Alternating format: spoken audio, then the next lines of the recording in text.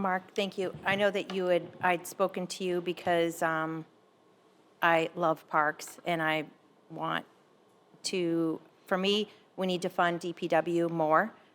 We have the needle crisis and all the encampments that are being picked up, and that's a burden, and that comes off of their top. So once again, it's a burden.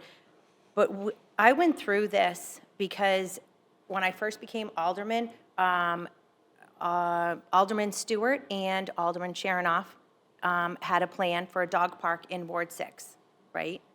And then you couldn't find the money. Correct. Is that right? Correct. Okay. And we're a couple years later.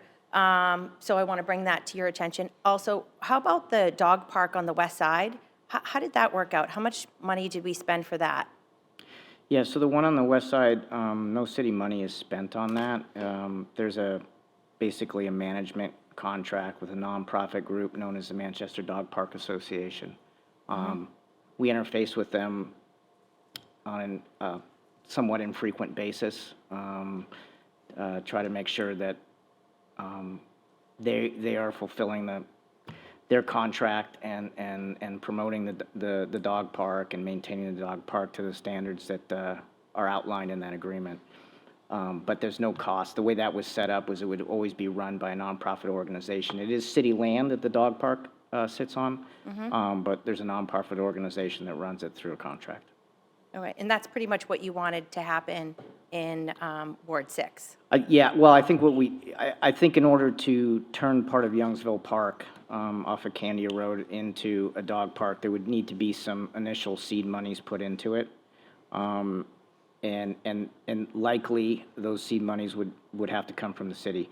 Long term, in terms of management of the park, we don't currently have the staffing levels to maintain a dog park, which can be a fairly labor-intensive venture. And so we were always looking to have a nonprofit set up to help manage the park, raise funds for the park, make improvements to the park over the long term. Well, last I heard, it's really pretty hard to utilize the dog park over there, which is really kind of sad when it is city property.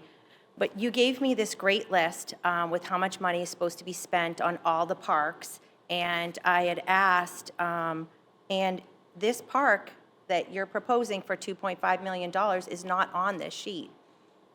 So I don't have that table in front of me. So, where we currently are with the Wolf Park renovation that's being discussed is we had an allocation, I think was 2 years ago, to develop a master plan for the park, which we did through a series of community meetings.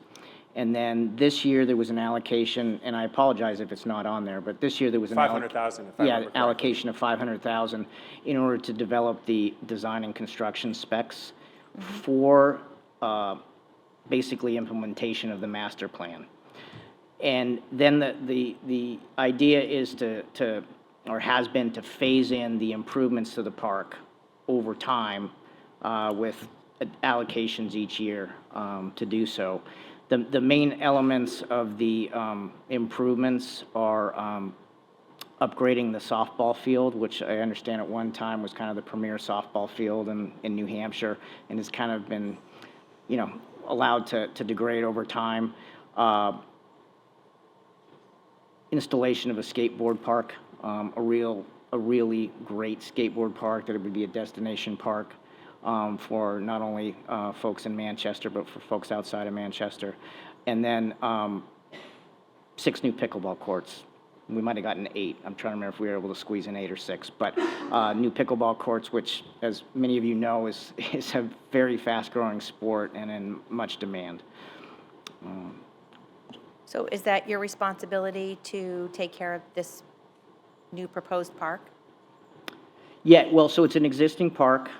We do maintenance there now, and we would be responsible for the maintenance in the future as well. And what are the plans for Hunt's Pool? So we just finished demolition of Hunt Pool and the associated bathhouse. Got a few punch list items that we're working through, but that's basically complete, and that's really the first step towards having a replacement pool at some point. The challenge with that has always been the funding. It's an extremely expensive undertaking. We're probably looking at something north of $5 million in order to put a new pool in, as well as a new bathhouse for that pool. You know, I asked you to do this because I just wanted to see the fairness or lack of fairness across the city on, you know, Ward 1 getting a lot of things done and making, and just seeing everything. Because I'm like, where are some of the other, you know, Ward 5 and Ward 6? So to me, I'm just like, we need a master plan in front of everyone. Thank you, Mark. Any additional